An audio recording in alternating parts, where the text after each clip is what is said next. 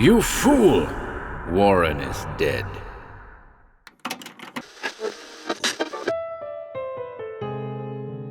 Welcome to HorrorBabble. I'm back today with a bit of werewolf horror by the one-time Weird Tales author Grace M. Campbell, The Law of the Hills. The story first appeared in the magazine's August 1930 edition.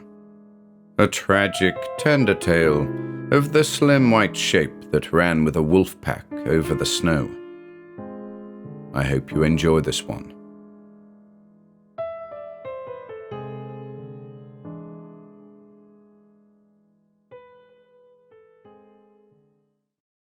The Law of the Hills by Grace M. Campbell. I've grown old and credulous. Such a thing simply could not happen. Not in this country and not in this day, but believe me or not, as you please, I tell you I saw it. Ever since Ken Graham first walked into my classroom, I have wished that I might have had such a son. And as the years went by, my fondness for him grew, and I began to dream that some day he should take my place and complete the collection of minerals which has brought me and this old school fame. Why not? After graduating with honors, the boy had 2 years of study in the best schools abroad, and then a year of practical work in the field. What else did he need? Only that I should pull the strings my own departmental punch dances to, and have him designated assistant professor of mineralogy. So I pulled the strings, and the appointment was made. But he answered with a strange, incoherent letter begging delay. I could not understand it. Perhaps that chit of a girl he had married in Norway preferred a director of mines with 5,000 a year to an assistant professor with half that salary. Idiot! Couldn't she see that I meant to make him head of the department? I took out of my desk the picture they had sent from Norway, and all my suspicions vanished. Surely there was no stupid selfishness of that sort in the mate Ken Graham had chosen. A sweet, unspoiled young face with a fine delicacy of feature, and yet such a strange suggestion of wildness. That fluffy aureole of whitish hair, those keen, deep-set eyes, those sharply outlined features. She looked like a beautiful wild thing.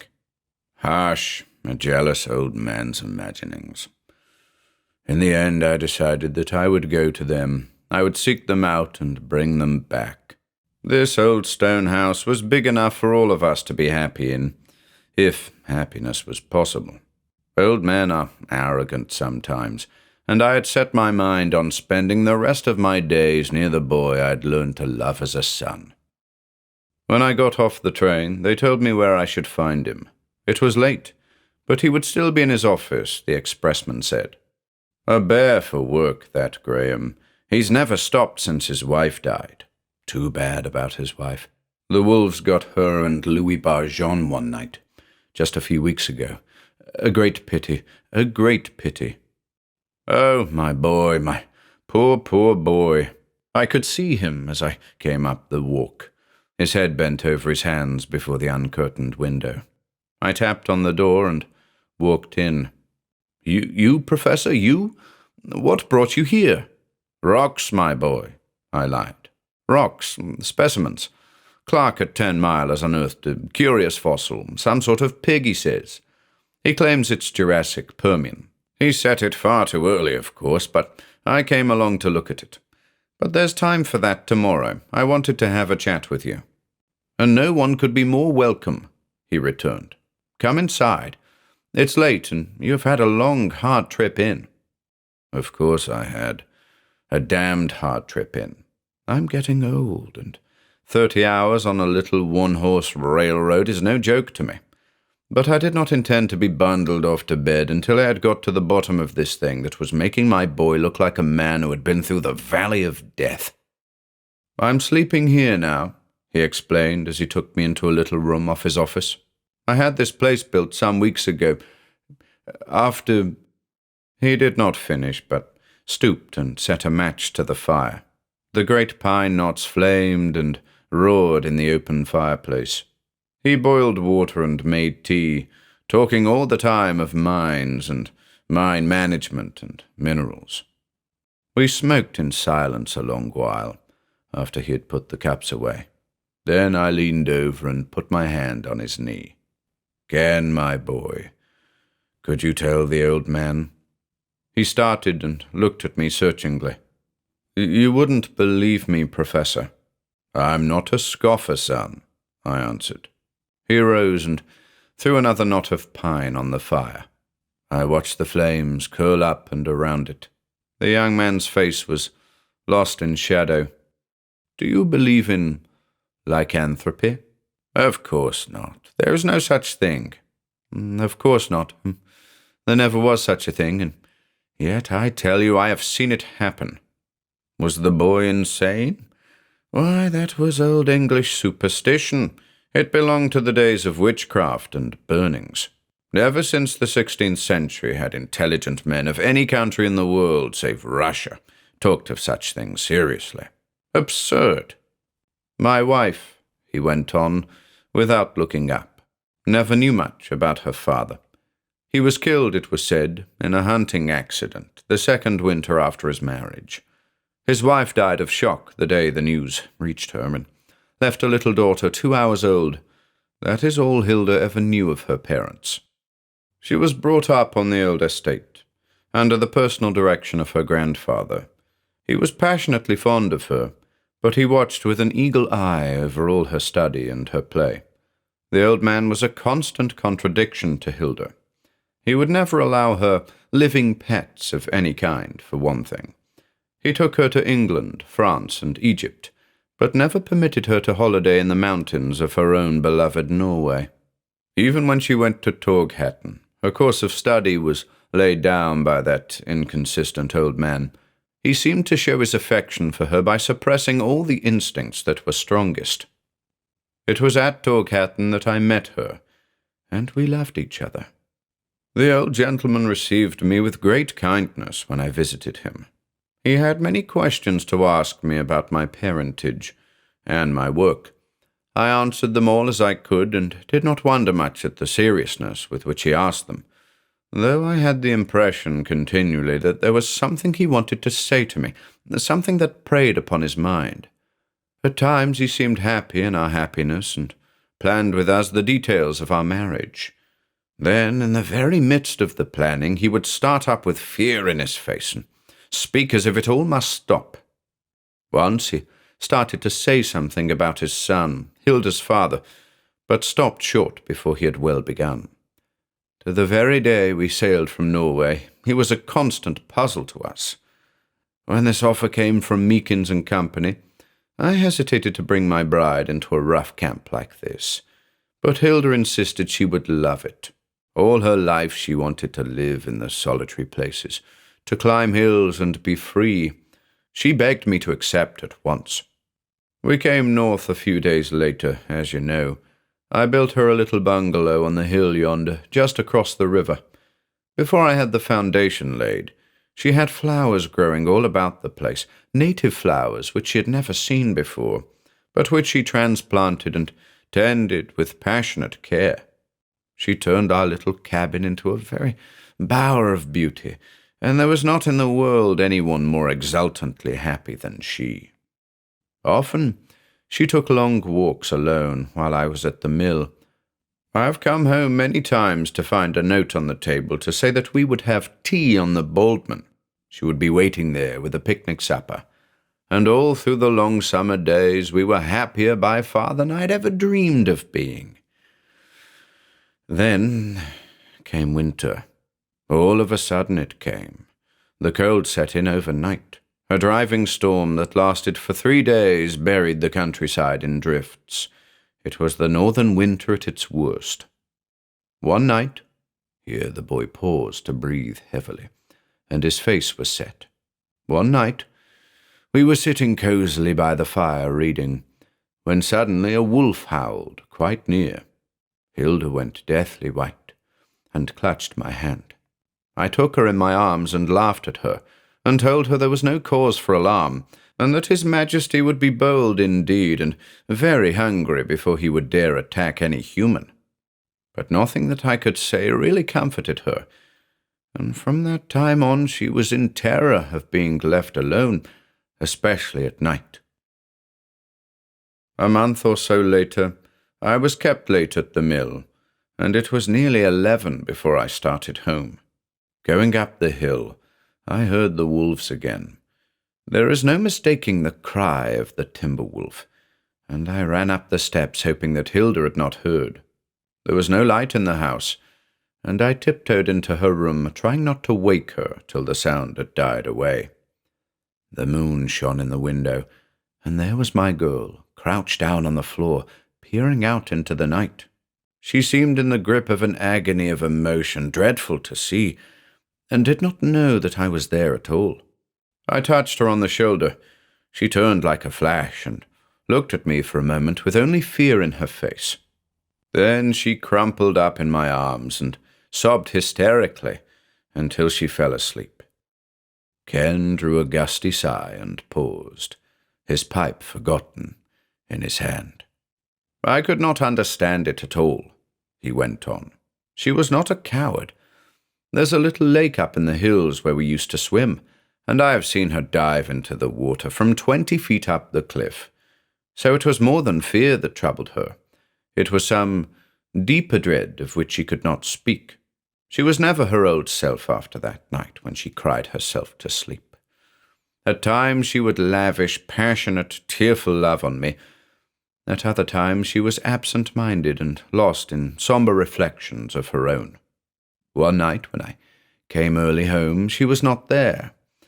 I was searching frantically for her when she came quietly up the path, bareheaded and alone. There was such a look in her eyes as I have seen in the eyes of the dead, and I followed her in silence into the house, fear clutching at my heart. The wolves were frequently to be heard in those days. The heavy snow had made them very bold. Once they came so close to the house that I reached for my rifle, determined to teach at least one of them a lesson in restraint. But Hilda caught my arm and stopped me. I knew her tenderness for wild things and put my 22 away in the shed. When I came back into the room, she was not there. Vaguely uneasy, I searched for her in the bedroom. She was not there, but the window was open, and I saw among the trees a lithe, grey-white form that flashed across the shadows, and was gone. I won't go into the details of that night. All sorts of horrors came to me, old folk tales of Norway that the people of the hills believed in, stories of the taint that ran in certain families, and of the dread deeds done at night by the will of the foul fiend. I kept wondering, too, about the death of Hilda's father, and asking over and over again whether I'd gone out of my mind. Suddenly the door opened, and there stood Hilda, her fair hair white with loose fluffs of snow. She looked tired and worn, and with only a furtive glance at me, she hurried to her room and slept heavily till noon. She was frequently absent after that, and I never knew when I came home at night whether she would be there or not. Again the boy paused, staring at the fire, and again he went on. One day there was an explosion at the northern mine, and I went up to try and get things moving again. No train came out that night, so I decided to tramp the 11 miles back rather than leave Hilda alone. Just a few miles from home, I realized that I was being followed by wolves. I was not armed, and there was nothing for it but to climb a tree. A broken-off oak stump stood near the track. It offered no protection from the wind, but I knew that from it I should be able to hail the log train in the morning if necessary. So I scrambled up in some haste. Within 2 minutes there were 14 timber wolves squatting in a circle about that stump. You know their method. A short wait to see if you're going to run for it, then a half-turn to the left, and a steady circling march around their victim. I don't know what the end of that death march would have been, for just as I was bending all my willpower to fight the hypnotism of it, there dashed down the railway track a slender white wolf. Like a mad thing, she darted here and there about that circle, then flashed away among the trees with the whole pack behind her. I waited till their cry had died away in the distance, then climbed stiffly down and hurried home. Hilda was waiting for me at the door. There was a curious brightness in her eyes, and she listened with some tension, I thought, to the explanation of my lateness. But I said nothing at all of my adventure with the wolves. A few nights later, Louis Barjon dropped in after supper. For once Hilda was almost herself. She was reading by the fire, while Louis and I smoked. "Never saw the wolves so bold as this year," said Louis. "Have you seen the white one? White as a snowdrift she is, and swift as the wind. She seems to come out of nowhere to join the pack, and they're devils when she's with them. She's the most beautiful animal I've ever seen, but I bet she's as keen on the kill as any of the dirty crew." Hilda dropped her book. "The white wolf never kills," she said. Louis turned and looked at her in astonishment. Was it merely girlish sentiment for a lovely wild thing? Evidently Louis thought so, for he laughed tolerantly, and went on, "Well, maybe, but folks is laying for her. It's hardly safe to go out at night, so keep your rifle handy, boy." I remembered the one night when I did take my rifle down. I glanced at Hilda. Her eyes were wide, and her nostrils dilated. What was the emotion that swayed her? My heart contracted. "Did you ever see her?" demanded Louis again. I thought of the grey-white form I had seen flitting among the trees, and of the beautiful white beast that had saved me from the pack only a few nights before. But I shook my head in denial. "I've seen her twice," he went on. "The other night I took a flying shot at her, and I caught her on the right front paw, but it was just a scratch, I guess, for there was only a bit of blood on the snow." In spite of myself, I glanced at Hilda's right forearm. She had it tightly bandaged. I looked up at her face. Her eyes were fixed on the back of Louis's head as he picked a coal out of the fire for his pipe. Was it only fancy, or did her lips draw back from her white teeth? My heart seemed to stop beating. That picture is engraved on my mind forever. Old Louis, bluff and weather-beaten, leaning down over the fire, Hilda watching him with a sort of sinister ferocity, and I, dumb with terror. In silence I let him rise and wind his long scarf about his neck and go out into the night. I shut the door behind him and turned hastily to Hilda. I was too late. She was gone. I went to her bedroom. She was not there, nor in any other room in the house. A sense of black tragedy engulfed me. I clung with all my might to my love for her, and I prayed to know the secret the old man in Norway would have told me before we came away. My whole soul revolted at the conclusions that were forcing themselves on me, and I waited in horror for what the morning would bring. I don't think I thought much after a while. My mind seemed numbed. I just sat and waited, with a curious sense of waiting for more than her coming home. Toward morning it started to snow heavily. I built up the fire and put the kettle on to boil. Then I heard a sound outside, a whining and a heavy scratching sound. I flung open the door. Call me mad if you will, but there in the snow was the white wolf. She was staggering and covered with blood and scarcely able to drag her hindquarters into the room. The beautiful animal crawled weakly to my feet and rubbed her head against my knee like a dog. I took her head between my hands, and she looked up with those pleading eyes I knew, licked my hand once or twice, and sank on the floor, dead. I knew my girl would never come home again.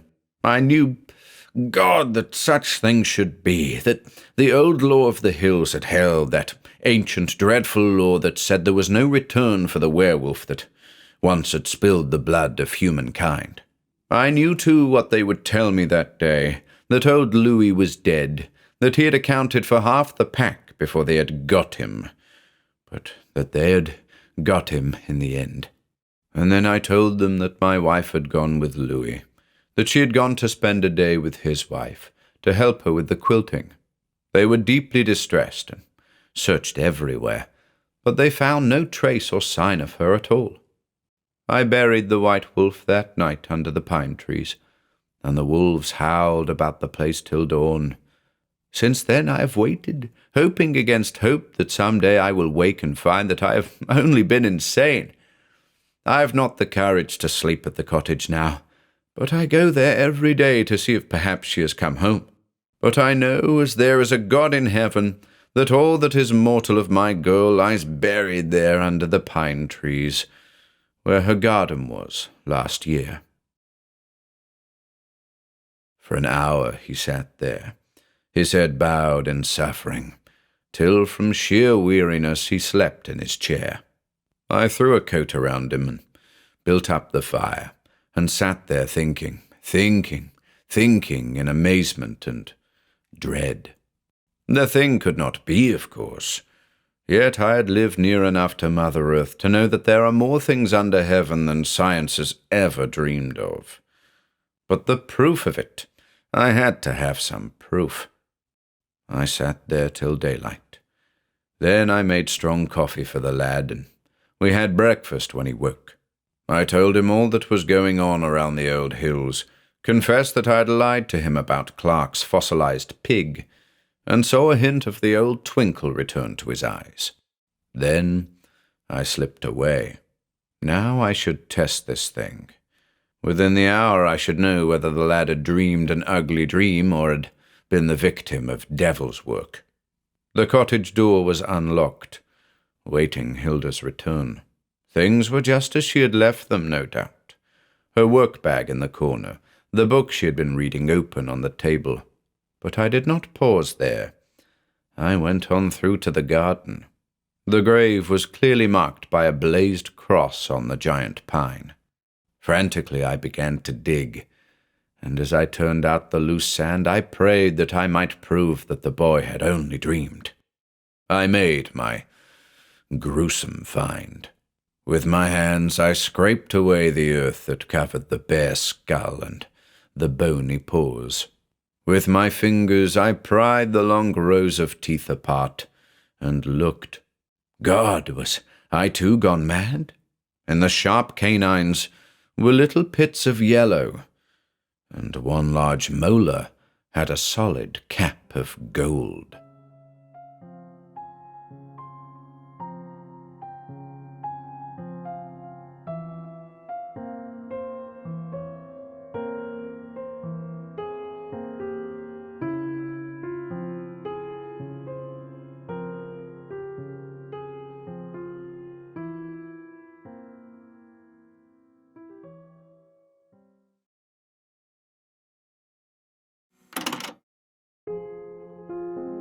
If you enjoyed listening today, be sure to subscribe to the channel by hitting the red subscribe button below.